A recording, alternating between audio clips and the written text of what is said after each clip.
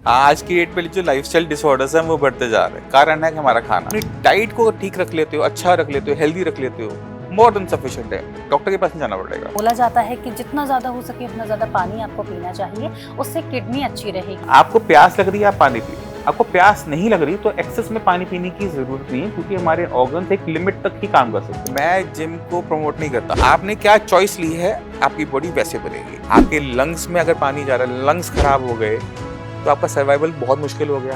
Lungs खराब हो गए, वेंटिलेटर होता है, किडनी पूरी खराब हो गई, डायलिसिस हो गया। तो डॉक्टर के पास अगर आप 2 ऑर्गन दो और उसको ऑप्शन दो कि एक को बचाना है, डॉक्टर्स हमेशा लंग्स को बचाएंगे। जब किडनी ज़्यादा खराब होने लगती है तो एलोपैथी डायलिसिस में डालते हैं, लेकिन आयुर्वेद कहता है भैया एलोपैथी पर जाओ मत, मैं डायलिसिस बंद करा दूंगा। ये लड़ाई ना आयुर्वेद और एलोपैथी वाली की सदियों से चलती आ रही है। एक सिंगल मेडिसिन अब तक डेवलप हुई है जो किडनी को खराब होने से रोक भी सके। एक्सरसाइज जरूर करनी है, दोस्तों से जरूर मिलना है, ठीक है, और अच्छा फूड आपको इनटेक करना ही पड़ेगा। तो कैसे हैं दोस्तों, आपका स्वागत है हमारे पॉडकास्ट में। मैं हूं आपके साथ आमिर खान। एक नया पॉडकास्ट आज फिर आप सभी के लिए हम लेकर आए हैं। हमारे पॉडकास्ट की सीरीज में आप नए नए पॉडकास्ट देखते हैं। हम बात आयुर्वेद को लेकर भी करते हैं, धर्म अध्यात्म को लेकर भी करते हैं, ज्योतिष को लेकर भी करते हैं। आज भी बात होने वाली है इस पॉडकास्ट में आयुर्वेद को लेकर, आपकी हेल्थ को लेकर, कि आखिर हमारा जो जीवन है, हमारी जो लाइफ है, ये कैसे बेटर रहे। जो आज की डेट में हम लोग खाना खाते हैं, क्या वो हम सही खा पा रहे हैं? क्या जो जंक फूड हम खा रहे हैं वो कितना सही है, कितना गलत है? अगर बात कर लें बॉडी के अंदर, तो बहुत ज़्यादा बीमारियां हमारी वजह से ही आती हैं। वो कैसे? हमारा डेली का जो लाइफस्टाइल है, डेली लाइफ रूटीन है, वो सही नहीं है, जिसकी वजह से हमें किडनी की प्रॉब्लम भी हो जाती है और भी बहुत सारी प्रॉब्लम हो जाती है। आज के पूरे पॉडकास्ट में इन सब चीज़ों को लेकर हम बात करने वाले हैं। इसके लिए आज हमारे साथ मौजूद हैं डॉक्टर पुरु धवन जी, जो कि किडनी स्पेशलिस्ट हैं, जो आज बहुत कुछ हमें इस पॉडकास्ट में बताने वाले हैं। स्वागत है डॉक्टर साहब आपका। नमस्कार, कैसे हैं आप सर? फाइनली आज पॉडकास्ट में आप आ गए। बहुत इंतजार था, लोगों की डिमांड थी कि डॉक्टर पुरु धवन को लाया जाए, उनसे बहुत कुछ जानना है। लोगों के बहुत सवाल भी आज हमने लिखे हैं आपके लिए। आज की डेट में ना पुरु सर, क्या हो रहा है ना, बहुत ज्यादा लोग यार परेशान रहते हैं। यार भूख लग रही है, चल कुछ बाहर खा के आते हैं। चल यार पिज्जा मंगा ले, चल तू बर्गर मंगा ले। वाइफ से कहते हैं चल खाना बनाने का मूड नहीं है, बाहर से कुछ मंगा खा लेते हैं। खा तो लेते हैं, लेकिन शरीर का हाल बुरा होता जा रहा है। आज की डेट पे जो लाइफस्टाइल डिसऑर्डर्स हैं वो बढ़ते जा रहे हैं। कारण है कि हमारा खाना। अगर हम अपने खाने पे ध्यान नहीं देते तो दिक्कतें आती हैं, क्योंकि हमारा जो शरीर है, अगर अपनी बॉडी को देखो तो बेसिकली ये फूड की एक्यूमुलेशन ही है। आप जो खा रहे हो, आपकी बॉडी उसके हिसाब से ग्रो करती है। तो जो आपको, अगर अपने आप को हेल्दी रखना है तो अपने फूड पे बहुत काम करना पड़ता है। आप, आपका फूड हेल्दी है, फूड में विटामिन मिनरल्स पूरे हैं, तो आपको बीमारियां होंगी ही नहीं। तो बीमारी को दूर रखने के लिए सबसे पहला काम खाना। क्या खा रहे हो उसका ध्यान दो। तो कैसे पता लगे हेल्दी फूड जो ले रहे हैं दिन में वो हेल्दी है या नहीं? न्यूट्रिशन कितना प्रॉपर मिल रहा है? देखो, 2 चीजें बहुत इंपॉर्टेंट है। पहली चीज है खाने के अंदर फाइबर का होना। ओके। क्योंकि आपको लगता है कि आपने खाना खा लिया, बट अगर आपने खाना खा लिया उसमें फाइबर नहीं है तो आपकी इंटेस्टाइन से ढंग से डाइजेस्ट नहीं कर पाती। अच्छा। क्योंकि हमें लगता है कि हमारा पेट डाइजेस्ट कर रहा है, बट खाना जो डाइजेस्ट कर रहा होता है वो है हमारे गट में जो बैठे हुए हमारे दोस्त होते हैं, हमारे बैक्टीरियाज होते हैं, जी। जिसको माइक्रोबायोम कहते हैं। खाने को डाइजेस्ट वो कर रहा होता है। अब उसको रहने के लिए चाहिए फाइबर। बिल्कुल। अगर आपके खाने में फाइबर कम है तो आपको गट की इश्यू आने शुरू होंगे। गट का इश्यू आएगा तो आपकी इम्यूनिटी वीक हो जाती है, क्योंकि हमारी इम्यूनिटी हमारी गट में रहती है, इंटेस्टाइन्स में रहती है। फिर हमें शुरू होता है बीपी, शुगर, मोटापा, ये ये बढ़ सब जाता आना शुरू हो जाता है। तो अगर आप अपनी डाइट को ठीक रख लेते हो, अच्छा रख लेते हो, हेल्दी रख लेते हो, मोर देन सफिशिएंट है। डॉक्टर के पास नहीं जाना पड़ेगा। सर, जैसा अभी कहा ना, फाइबर होना जरूरी है डाइट में। अभी मैंने बहुत सारे केसेस ऐसे देखे हैं, जो जिम करते हैं, जो कोचेज होते हैं ना, वो ये कहते हैं भैया फाइबर को अवॉइड करना है आपको। तो वो हेल्दी लाइफस्टाइल कैसे हुई? और वो कर रहे हैं किस लिए? फिट रहने के लिए, बट उनको फाइबर मना कर दिया जाता है। देखो, मैं जिम को प्रमोट नहीं करता। हाँ। पीछे रीजन ये है, क्योंकि आपको वो हैवी मात्रा में प्रोटीन का प्रोटीन इंटेक इंटेक करवाता है। कराते अब जब हम प्रोटीन का इंटेक कर रहे होते हैं तो हम कहीं ना कहीं बाकी सारी चीजें छोड़ देते हैं। कार्बोहाइड्रेट छोड़ दिए, फैट छोड़ दिया। जबकि अगर आपको हेल्दी रहना है तो आपको बैलेंस डाइट चाहिए होती है, जिसमें प्रोटीन भी हो, कार्ब्स भी हो, फैट्स भी हो, और फाइबर तो मस्ट है ही। हैं। तो अगर आप बैलेंस डाइट लोगे आप कभी बीमार नहीं पड़ोगे। बहुत सारे ऐसे लोग होते हैं, वर्कआउट करते हैं, एक्टिव रहते हैं, जिम जाते हैं, डाइट का ध्यान रखते हैं, और सडनली पता चलता है कि किडनी फेल हो गई। हाँ, उसके पीछे रीजन ये होता है, क्योंकि जब हम देखो, पहले आप अपने जिम जाने का जो पर्पस डिसाइड करना चाहिए ठीक है। आपको। 2 लोग जिम जा रहे हैं। एक वो जा रहा है जिसको अपनी बॉडी को हेल्दी रखना है, एक वो जा रहा है जिसने अपनी बॉडी में मास गेन करना, मसल्स गेन करनी है। तो जो अपनी बॉडी को हेल्दी रखने जा रहा है वो उसको अपनी डाइट बैलेंस रखनी चाहिए, वो कभी भी बीमार नहीं पड़ेगा जिम जाकर। बट जब हम अपनी बॉडी गेन करने जा रहे होते हैं, मसल मास गेन करने जा रहे होते हैं, तो अक्सर क्या होता है कि आपको पीटी मिलते हैं, वहाँ पे पर्सनल ट्रेनर्स मिलते हैं। अब पर्सनल ट्रेनर कहते हैं कि आप ये वाला प्रोटीन खाओ, ये वाला प्रोटीन खाओगे तो आपका मसल मास बनेगा। जब हम प्रोटीन का इंटेक ज्यादा करते हैं ना, तो प्रोटीन हमारी बॉडी में जाके ब्रेक डाउन होता है। वो ब्रेक डाउन होता है अमोनिया के अंदर, ठीक है। और अमोनिया जो होता है वो फर्दर यूरिया में जाके लीवर में कन्वर्ट होता है, और किडनी उसको यूरिया को बॉडी से बाहर निकालती है। बेसिकली आपने जो प्रोटीन खाया तो उसे दो बड़े ऑर्गन्स प्रोसेस कर रहे हैं, लीवर और किडनी। तो आप अपने पूरा दिन खाया ही सिर्फ प्रोटीन है, कार्बोहाइड्रेट्स लिए नहीं, तो आपकी किडनी और लीवर पे बहुत लोड जा रहा होता है। अच्छा। अब लीवर एक ऐसा ऑर्गन है जो रीजनरेट कर जाता है, किडनी नहीं कर पाती है। तो आप उसे स्ट्रेस रखते हो किडनी को, तो फिर किडनी अपना असर दिखाना शुरू करती है, कहती टाटा सी यू बाय बाय। बोला जाता है कि आपको वर्कआउट नहीं करना है, वर्कआउट कम करना है, ये दोनों केसेस में से उल्टा कैसे है? देखिए, जब आपकी किडनीज खराब हो रही होती है तो बॉडी के अंदर ना क्रिएटिनिन एंड यूरिया इकट्ठा हो रहा होता है। अब ये जो क्रिएटिनिन है ना, ये हमारी मसल्स में बनता है। तो अगर आप एक्सरसाइज ज्यादा करते हो, फीवर आता है, प्रोटीन का इंटेक ज्यादा करते हो, तो बॉडी में क्रिएटिनिन की फॉर्मेशन बढ़ जाती है। अब निकल तो कम रहा है, किडनी कम काम कर रही है तो निकल कम रहा है, तो वो ना रिपोर्ट्स में बढ़कर आता है। तो यहाँ पे किडनी खराब नहीं होती, यहाँ पे क्रिएटिनिन की फॉर्मेशन बॉडी में बढ़ जाती है, जो कि रिपोर्ट्स को खराब कर देती है। तो जिसको किडनी की रिलेटेड प्रॉब्लम है, अगर उनको एक्टिव रहना है तो उनको क्या करना है? अगर वर्कआउट नहीं करना तो क्या करें? देखिए, सबसे अच्छा होता है वो है वॉक। आप वॉक करो, योगा करो, क्योंकि इसमें मसल्स की जो मूवमेंट है वो बहुत ज्यादा नहीं है, और वो मोर देन सफिशिएंट है आपको हेल्दी रखने के लिए। ठीक है, आपका बीपी भी कंट्रोल करेगी, शुगर पे भी इसका इफेक्ट आएगा। तो आपको जो आप जिसकी वजह से आपको किडनी की दिक्कत हुई है, बीपी शुगर, क्योंकि 80% जो किडनी फेलियर के पेशेंट हैं उनकी दिक्कत यही रही है शुरू में, बीपी या शुगर, जो उन्होंने कंट्रोल नहीं किया, जो कन्वर्ट हो गया किडनी फेलियर में। तो उसको भी कंट्रोल करने में हमें हेल्प मिल जाती है with the help of yoga और वॉक करने से। तो अभी आपने बात करी थी कि किडनी खराब होने के कारण हमारा शुगर लेवल होता है और हाई बीपी। बिल्कुल, शुगर लेवल भी 2 टाइप्स की होती है, टाइप टाइप 1 वन और टाइप टाइप 2। तो कैसे हमें पता लगे कि कौन सी स्टेज पर हमारी शुगर है कि अब हमारी किडनी खराब हो रही है? नहीं, देखो, इसमें ना टाइप 1 टाइप 2 का उससे कोई लेना देना नहीं है किडनी से। यहाँ पर क्या है कि आपकी जो ब्लड ग्लूकोज लेवल है ना वो हाई रह रहे हैं। अब जब शुगर लेवल हमारे हाई रहता है तो उसका असर हमारी पूरी बॉडी पे पड़ता है, आपकी आइस पे भी पड़ता है, आपके रेटिना, आपका आंख का पर्दा वीक होना शुरू हो जाता है।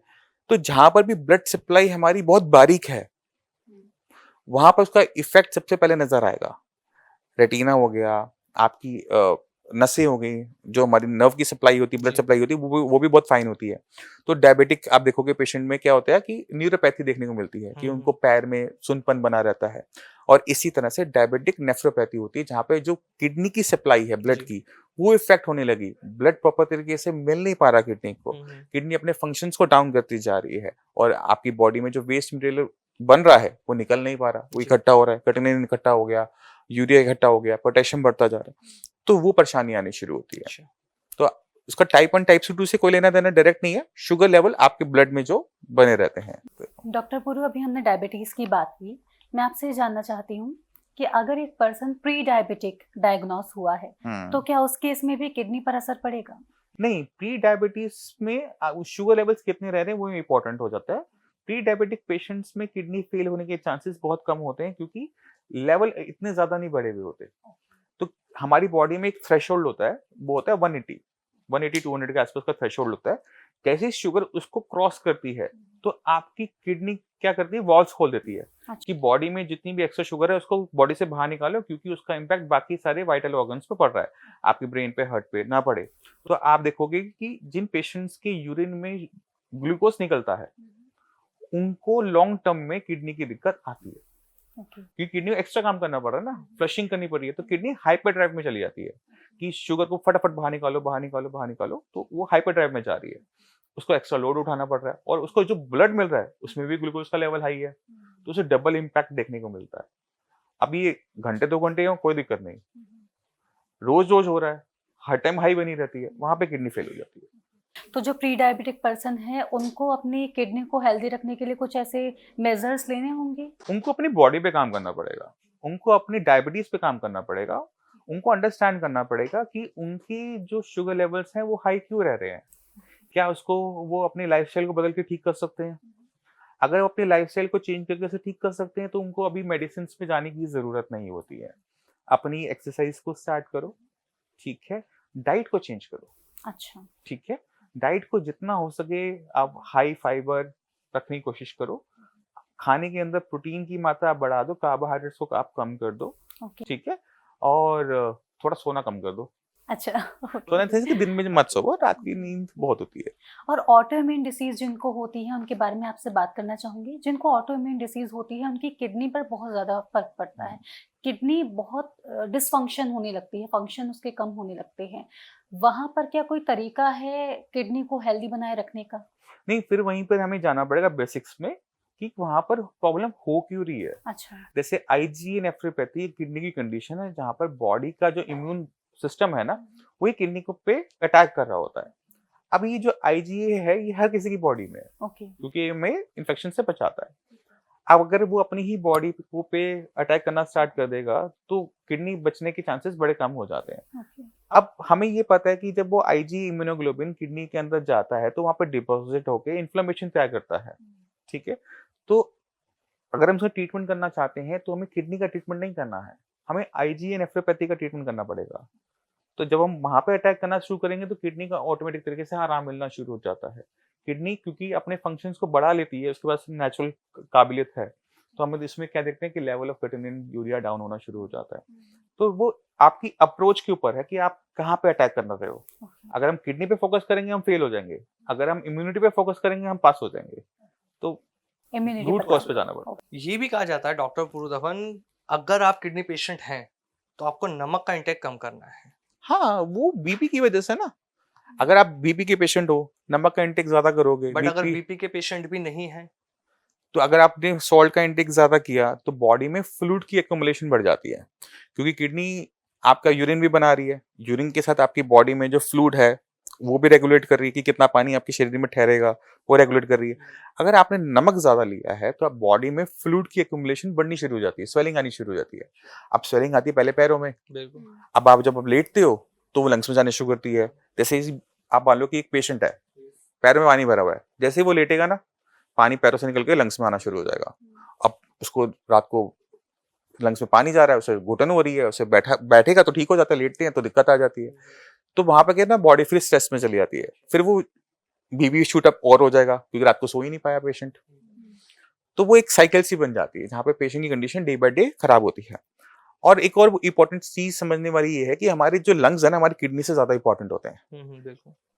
आपके लंग्स में अगर पानी जा रहा है, लंग्स खराब हो गए तो आपका सर्वाइवल बहुत मुश्किल हो गया। लंग्स खराब हो गए, वेंटिलेटर होता है, किडनी पूरी खराब हो गई, डायलिसिस हो गया। तो डॉक्टर के पास अगर आप 2 ऑर्गन दो और उसको ऑप्शन दो कि एक को बचाना है, तो डॉक्टर्स हमेशा लंग्स को बचाएंगे। अच्छा। किडनी इसलिए लंग्स बहुत इंपॉर्टेंट। तो पहले क्रेटिनिन बढ़ता है या पहले यूरिया पास आउट होता है? दोनों साथ साथ हो रहे हैं। एक्चुअली ये क्या है, ये टेस्ट है, ये चेक Okay. करने के लिए किडनी कितना अच्छा काम कर रही है। क्योंकि इनको लैब में टेस्ट करना आसान होता है, इसलिए हम क्रेटिनिन और यूरिया का टेस्ट करवाते हैं। बॉडी में इनके जैसे हजारों ऐसे वेस्ट मटेरियल हैं जो एक्यूमुलेट हो रहे होते हैं, क्योंकि उनकी रीडिंग लैब में एक्यूरेटली नहीं मिलती, इसलिए हम क्रेटिनिन यूरिया को टेस्ट कर लेते हैं। अगर ये बढ़ रहे हैं तो सब बढ़ रहे हैं।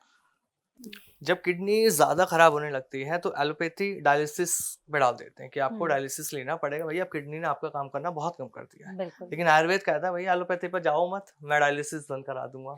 ये लड़ाई ना आयुर्वेद और एलोपैथी वालों की सदियों से चलती आ रही है। तो सर लोग तो कंफ्यूज हो रहे हैं हम नहीं ना। आते इनमें बीच में। देखो, हर पैथी की अपनी पावर्स हैं हाँ। और जी। अपनी वीकनेस भी हैं।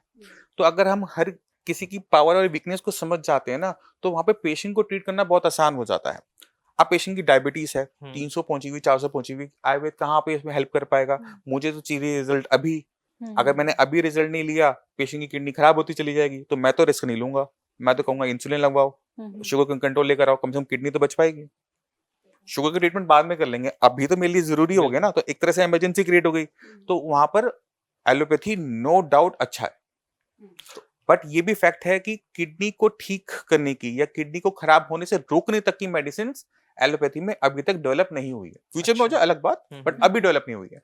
तो आप किसी भी पेशेंट का प्रिस्क्रिप्शन उठा लो, और मैं अपने पेशेंट को भी बोलता हूँ कि एक एक मेडिसिन ना गूगल पे खुद सर्च कर लो, क्योंकि कौन सी मेडिसिन किस लिए खा रहे हो। एक सिंगल मेडिसिन अब तक डेवलप नहीं हुई है जो किडनी को खराब होने से रोक भी सके, नॉट अ सर, सिंगल लेकिन मेडिसिन। मैंने अभी जैसे एलोपैथी डॉक्टर्स के साथ पॉडकास्ट किया है किडनी को लेकर, उनका ये कहना है कि आपको आयुर्वेद की जरूरत ही नहीं पड़ती, अगर आप एलोपैथी शुरुआत से लेते हो तो मेडिसिन है जो उसकी रोकथाम कर लेती है। आप मुझे बताओ, आप हम मेरे साथ करवा देना पॉडकास्ट, हम फाइट कर लेंगे अच्छी अच्छी उनके साथ। देखो, क्योंकि उसको ये कह देते हैं ना, आयुर्वेद स्लो प्रोसेस कर रही है। स्लो नहीं है, को तो ये आयुर्वेद नाम बहुत दिया जा फास्ट रहा है है। कि वो स्लो प्रोसेस अगर है। आपकी अप्रोच सही है तो वो बहुत फास्ट है। बट आयुर्वेद पे इंसान कब जाता है? जब उसको लगता है कि या तो मुझे एलोपैथी को आराम नहीं मिल रहा या मुझसे अफोर्ड नहीं कर पा रहा। दो ही सिचुएशन एक आदमी के सामने क्रिएट होते हैं, तब वो आगे बढ़ रहा है ना सर। नहीं, देखो, अगर आपको पेशेंट को फोकस में रखते हो और पेशेंट को, अगर डॉक्टर भी चाहता है कि बस पेशेंट को आराम मिले, तो आपका क्या हो गया, रिजल्ट चाहिए आपको, पेशेंट को भी रिजल्ट चाहिए। तो वहां पर आपको पैथियों के बीच में नहीं फंसना चाहिए। अच्छा। होम्योपैथी भी अच्छी है कुछ पार्ट्स में, कुछ पार्ट में आयुर्वेद अच्छा है, कुछ पार्ट में एलोपैथी अच्छी है। बिल्कुल। तो आपको ये समझना है कि पेशेंट का की जो हमने कंडीशन है उसे मैनेज करने के लिए कौन सा हथियार निकालना है।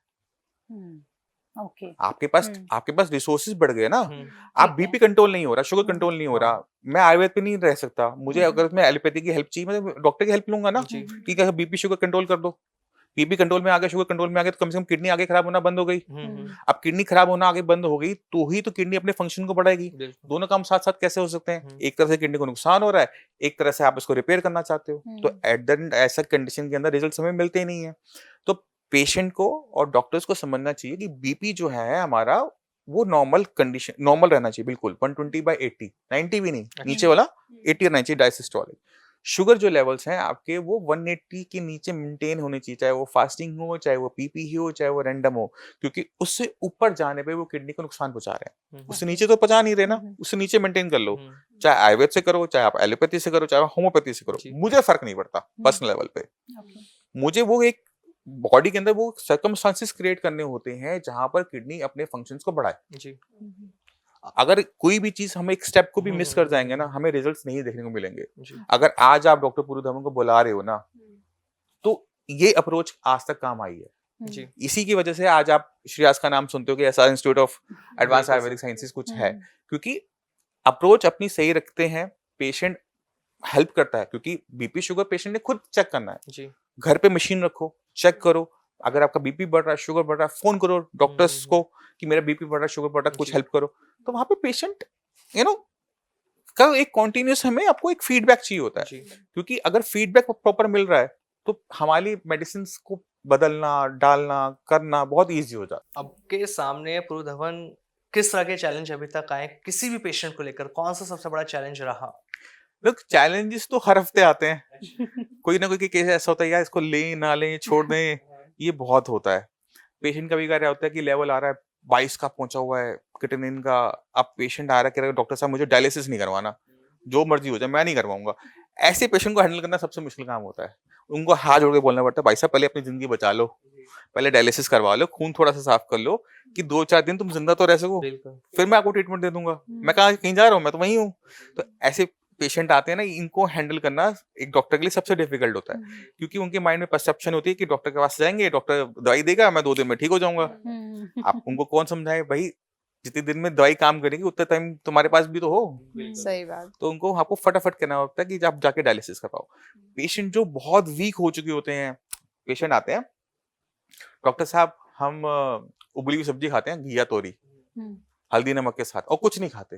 अच्छा। ठीक है। हाँ। वेट था 80 किलो, अब ये खाना खाते खाते वेट हो गया 50 किलो। अच्छा। अब सिर्फ हड्डियां निकली पड़ी हैं। अच्छा। अब पेशेंट कहता है मेरा क्रिएटिनिन लेवल 8 पहुंचा हुआ है, अब मुझे आप ठीक कर दो। अब उसकी बॉडी में ना विटामिन मिनरल्स की इतनी डेफिशिएंसी हो चुकी है कि आप उसको पूरा करो, उसकी उसकी किडनी पे काम करो, कहाँ काम करो, वो आपके लिए ना एक वो हो जाता है, क्विज बन जाता है, चैलेंज बन जाता है कि किस चीज को हैंडल करो। पेशेंट को जिंदा रखना है या पेशेंट की किडनी ठीक करनी है, ये ऑप्शन हमारे पास आ जाते हैं। तो वहाँ चीजें बहुत डिफिकल्ट हो जाती हैं, और इसलिए मैं कैसे डील कर पाते हो सर? वो उसमें हम काम कर पाते हैं कि पेशेंट्स को हम समझा देते हैं, पेशेंट को समझाते हैं कि तुम देखो, अगर आप जिंदा हो आप कुछ भी कर सकते हो, है ना, ट्रीटमेंट चलता रहता है, बट अगर आपकी बात आपके सर्वाइवल पर आ जाए ना, तो आपको पहले सर्वाइवल को देखना पड़ता है। किडनी का नंबर सेकेंडरी हो जाता है कि किडनी बाद में, पहले आप जिंदा रहो। तो ये कह सकते हैं कि अगर आयुर्वेद अपना रहे हैं तो जड़ से बीमारी को ठीक कर सकते हैं। देखो, काम जड़ पे ही किया जाता है। जड़ पे BP काम किया जा रहा है, बट जड़ से खत्म कर सकते हैं। देखो, जड़ से खत्म तब होगा जब किडनी रीजनरेट कर जाएगी। किडनी रीजनरेट करती नहीं है। किडनी अगर रीजनरेट कर जाए तो आप उसे जड़ से खत्म कर सकते हो। अब किडनी के अंदर हिस्सा मर गया, आप उसे जो मर्जी कर लो, जो मर्जी ताकत लगा लो, वो जिंदा नहीं हो सकती। तो आपको रहना तो उसी खराब किडनी के साथ रहना पड़ेगा और पूरी जिंदगी रहना पड़ेगा। बट आपने उसे खराब होने से और खराब होने से रोकना है। किडनी जितनी आपके पास बच जाए उसको हेल्दी कर सकते हैं। उसकी फंक्शनिंग बढ़ानी है कि वो किडनी यूरिया को बाहर निकालती रहे। तो जैसे आपका वो होता है ना कमजोर बच्चा, उसको बहुत ज्यादा पैम्परिंग की जरूरत होती है। बेटा खाना मिल जाएगा टाइम पे, पानी मिल जाएगा टाइम पे, वही करना पड़ता है उसके साथ। बीपी नहीं बढ़ाऊंगा, शुगर नहीं बढ़ाऊंगा, तो वो ध्यान रखना पड़ता है। तो अगर हम ये ध्यान रख लेते हैं, पेशेंट बेसिक समझ जाता है, तो हमारा काम बहुत आसान हो गया ना। पेशेंट आता है, चार्ट लेकर आता है, बीपी सर मेरा ओके, ऑल ओके, 100 में से 100 नंबर दे दो मेरे को। वो पेशेंट खजाने होते हैं। सर बीपी पे ही ना एक हमारा काम खत्म हो गया ना। पेशेंट कहता है मेरा किडनी डाउन हो गया, हाँ। सर ये बीपी का चार्ट देखो, ये शुगर का चार्ट देखो। सेटिस्फेक्शन भी मिलता होगा कि हाँ, हमारा मतलब पहली जो विजिट होती है उसमें टाइम लगता है। दूसरी विजिट में अगर पेशेंट समझदार है ना, आप में से लगा लो कि मुश्किल से 2 मिनट नहीं लगते। पेशेंट आके कहता है सर मेरा ये रहा बीपी का चार्ट, ये रहा शुगर का चार्ट, मैंने चेक कर लिया, ठीक है एक बार आप चेक कर लो। क्रिएटिनिन मेरा पहले 8 था, अब ये 4 हो गया। मैं कहा ठीक है, मेडिसिन रिपीट, जाओ। कुछ होता ही नहीं करने को। तो हमारा काम भी आसान हो गया, पेशेंट भी हैप्पी हो गया कि ठीक है आई एम हेल्दी। वेट हम हर बार चेक करते हैं कि अगर आप 80 पे आए हो तो 80 प्लस हो जाए, 80 माइनस ना जाए। माइनस 79 नहीं, 79 आया, 78 आया और हम शुरू हो गए कि आप खाने में क्या खा रहे हो, क्या नहीं खा रहे हो, वो हम शुरू हो जाएंगे फिर। सर समर चल रहे हैं, आम लोगों को बहुत पसंद आते हैं। किडनी पेशेंट क्या आम खा सकता है? यार तुम ये आखिरी क्वेश्चन नहीं है अभी- मेरा बस आपसे पॉडकास्ट का। पता है ये आम पे लेके ना पेशेंट से लड़ाइयां हो जाती है। पेशेंट आता है यूपी से, जी। उसके होते हैं आम के बाग हाँ। हैं, वो कह रहे हैं मेरे आम के बाग है, मैं आम ना खाऊं। और सुबह उठते ही चाहिए उन्हें तो। हाँ, अब वहां पे ना पेशेंट को संभालना और समझाना एक जी। और बड़ा टास्क हो जाता है। मैं कहा आपके आम के बाग हैं, आप बेचो, खाओ हाँ। नहीं। आम में क्या होता है कि जितने भी फ्रूट्स होते हैं सिट्रिक, चाहे आपका वो कीनू हो, ऑरेंजेस हो, मैंगोज हो, ग्रेप्स हो, जितने भी खट्टे फल है ना, इनके ना नेचुरल तरीके से एस्कॉर्बिक एसिड, सिट्रिक एसिड की मात्रा ज्यादा है। उधर आप सोडा की गोली खा रहे हो कि किडनी खराब बनाओ, इधर से आप खट्टा खा रहे हो टेस्ट के लिए। तो होता ही है कि जो हम मेडिसिन खा रहे होते हैं सोडियम बाइकार्बोनेट की, वो उस खटास को न्यूट्रलाइज कर रही होती है, ब्लड के एसिड तक पहुंच ही नहीं पाती। वहां पे हमारी प्रॉब्लम क्रिएट हो जाती है कि आपने मेडिसिन दी, वो काम ही नहीं करी और कंडीशन किडनी की खराब हो गई, स्पीड से खराब हो गई। आप रफली मान के चलो कि साल में एक पेशेंट ऐसा आता है जिसको आम लिखा हुआ है कि नहीं खाना, वो खाएगा। और क्यों खाएगा? क्योंकि आम मीठा था जी। मैंने उनको खिलाया तो उन्होंने कहा मीठा है इसलिए मैंने खा लिया। और लेवल ऐसे जंप करते हैं जैसे लेवल 2 था वो सीधा 6, 8। इतना खतरनाक है? हाँ, आपने एक बार मैंगो खाया और चांसेस हैं कि आपकी किडनी पे उसका बहुत इम्पैक्ट होगा। और सर्दियों में भी एक केस बहुत होता है, वो है गुड़ वाले। अच्छा। पेशेंट बिल्कुल ठीक ठाक चल रहा था जी। पेशेंट को पता नहीं क्या हुआ कि मैं गुड़ शक्कर खा लूं अपना सर्दियों में, और वो खाता है और वो सीधा हॉस्पिटल पहुंच जाता है क्योंकि पोटेशियम के लेवल ऐसे शूट अप करते हैं कि डॉक्टर के पास ऑप्शन नहीं बचता कि पेशेंट के डायलिसिस के अलावा कि पोटेशियम डाउन करने के लिए डायलिसिस करवाओ वरना पेशेंट चला जाएगा। तो ऐसी 2 चीजें खतरनाक है, मैंगोस और एक गुड़ सर्दियों में। ये जो भी पॉडकास्ट देख रहा है उन्हें खास तौर पर ध्यान रखना, अगर किडनी की बीमारी है तो गर्मियों में आम और सर्दियों में गुड़ नहीं खाना। नहीं, बाकी चीजों पे भी बहुत ध्यान रखना होता है। सिट्रिक्स जितने भी फ्रूट हैं, ऑरेंजेस हैं, आपके ग्रेप्स हो गए, नहीं खाने। डॉक्टर साहब ने जो बताया है वो नहीं खाना है। मेरे से पूछो क्यों, नेट पे सर्च करो, अपनी पढ़ाई पक्की करो, फिर मन करे ना खाने का तब खाना। तो क्या है ना, अब जानबूझ की हुई गलती है तो आप किसी की तरफ उंगली नहीं उठा पाओगे। आपको पता है कि आपने गलती की थी, अब जो भुगतान कर रहे हो आप खुद अपनी गलतियों की वजह से कर रहे हो। तो अगर आपका कुछ भी ऐसे खाने का मन है तो कृपा करके अपनी R&D, मेरी R&D दोनों को यूज कर लो, फिर उसके बाद उस पर एक्शन लेना। खाना है या नहीं खाना, नहीं खा पाओगे। सर आखिर में आप हमारे व्यूअर्स के लिए क्या मैसेज देना चाहेंगे इस पॉडकास्ट में? देखो हमने शुरुआत की थी इस पॉडकास्ट की हेल्दी रहने से, तो उसी को रिवाइज करते हैं हाँ। और हेल्दी कैसे रहना है उसको हम अंडरस्टैंड करने की कोशिश करते हैं। तो 2 हेल्थ है हमारी, फिजिकल हेल्थ और मेंटल हेल्थ। दोनों पे काम करना है, एक साथ करना है और दोनों को आपस में ऐसा करना है कि आप फिजिकल कर रहे हो बट मेंटल हेल्थ अपने आप अच्छी चल रही है। तो वो है आपकी हॉबीज, स्पोर्ट्स, उसको आप ज्वाइन करो, उसको आप करो, खाना हेल्दी खाओ, वैरायटी ऑफ फूड रखो, किसी फिक्स डाइट पे मत रहो कि मैंने सिर्फ मिलेट्स खाने, मैंने अनाज नहीं खाना, मैंने गेहूं नहीं खानी, ऐसा मत करो। 30 से 40 टाइप की वेजिटेबल एंड फ्रूट आप इनटेक करो और जितने आप हैप्पी रहोगे, जितने आप स्ट्रेसफुल लाइफ से दूर रहोगे, उतना आपके लिए अच्छा है। और लाइफ में अपनी हेल्थ को प्रायोरिटी पे रखो।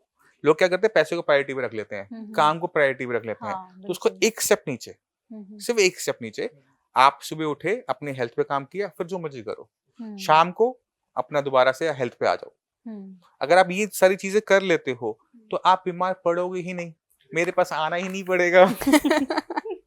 अच्छा रहेगा ना। थैंक यू सर, बहुत मजा आया इस पॉडकास्ट में आपके साथ। जो भी मिथ्स है वो क्लियर हुए और हेल्दी लाइफस्टाइल कैसे जीना वो आपने हमें बताया। Thanks for coming sir, thank you so much.